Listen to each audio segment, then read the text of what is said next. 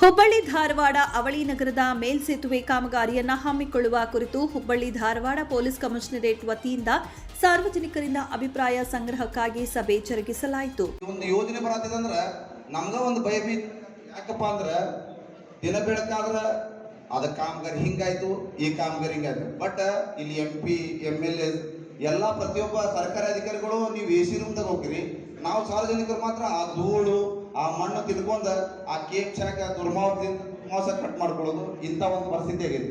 ನಾನು ಏನು ಹೇಳಕ್ ಇಷ್ಟಪಡ್ತೀನಿ ಸರ್ ಅಂದ್ರೆ, ಈ ಒಂದು ವಿಜಯಪುರ್ಲಿದ್ದ ನಮ್ಮ ಚೆನ್ನಮ್ಮ ಸರ್ಕಲ್ ಒಳಗೆ 710 ಮೀಟ್ರ್, ಹೊಸೂರ್ಲಿದ್ದ ನಮ್ಮ ಚೆನ್ನಮ್ಮ ಸರ್ಕಲ್ ಮಠ 850 ಮೀಟ್ರ್, ಗದಗ ರೋಡ್ಲಿದ್ದ 700 ಮೀಟ್ರ್. ಟೋಟಲ್ ಈ ಒಂದ ಮೇಲ್ ಸೇತುವೆ ಇಷ್ಟ 3 ಕಿಲೋಮೀಟರ್ 3.600 ಕಿಲೋಮೀಟರ್ ಬರೀ ಮೇಲ್ ಸೇತುವೆ ಮಾಡ್ಲಿಕ್ಕೆ 4-5 ವರ್ಷ ಬೇಕಾಗೈತಂತ. ಇದು ಎಂಥ ಯೋಜನೆ?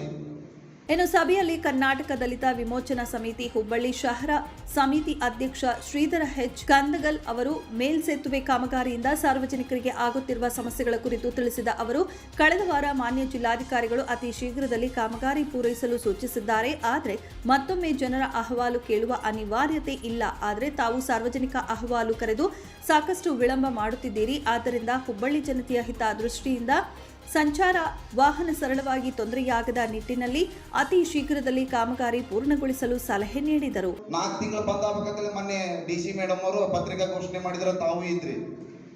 ಈಗ ಮತ್ತೆ ಮೀಟಿಂಗ್ ಸರ್, ಇದು ಅಂತ್ಯ ಆಗೋದ ಸರ್.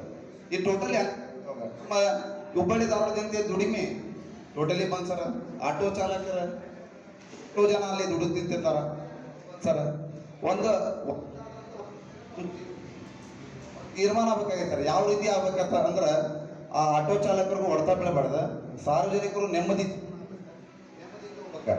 ಆದ್ರೆ ನಿಮ್ಮ ಪೊಲೀಸ್ ಇಲಾಖೆ ಬಿಡ್ತಾರ, ಗಾಡಿ ಹಿಡಿತಾರ, ಅಲ್ಲೇ ಹಿಡಿತಾರೆ, ಅದನ್ನು ಸರಿಪಡಿಸೋದಿಲ್ಲ. ನಂದು ವಾದ ಎಷ್ಟ ಸರ್, ಕರೆಕ್ಟಾಗಿ ಆ ಮೇಲ್ಸೇತುವೆ ಕಾಮಗಾರಿನ ಮಾಡೋದಾದ್ರೆ ಸಂಪೂರ್ಣ ನಮ್ಮ ಬೆಂಬಲ ಐತಿ. ಆದ್ರೆ ನೀಟಾಗಿ ಆಗ್ಬೇಕು ಅನ್ನೋದು ನಂದೊಂದು ಮನವರಿಕೆ. ನಗರದಲ್ಲಿ ಆಯೋಜಿಸಲಾಗಿದ್ದ ಸಭೆಯಲ್ಲಿ ಸಾರ್ವಜನಿಕರು ನಿತ್ಯ ಸಂಚಾರದ ಸಂಕಟದ ಕುರಿತು ಮಾಹಿತಿಗಳನ್ನು ಹಂಚಿಕೊಂಡರು. ಮೇಲ್ಸೇತುವೆಯ ಕಾಮಗಾರಿ ಆರಂಭದ ವೇಳೆಗೆ ಪ್ರತಿನಿತ್ಯ ತೆಗ್ಗು ಗುಂಡಿಗಳು, ಧೂಳು ಹಾಗೂ ಟ್ರಾಫಿಕ್ ಸಮಸ್ಯೆಯಿಂದ ಸಾರ್ವಜನಿಕರು ಈ ಮೇಲ್ಸೇತುವೆ ಕಾಮಗಾರಿಯನ್ನ ಬೇಸತ್ತು ಹೋಗಿದ್ದಾರೆ.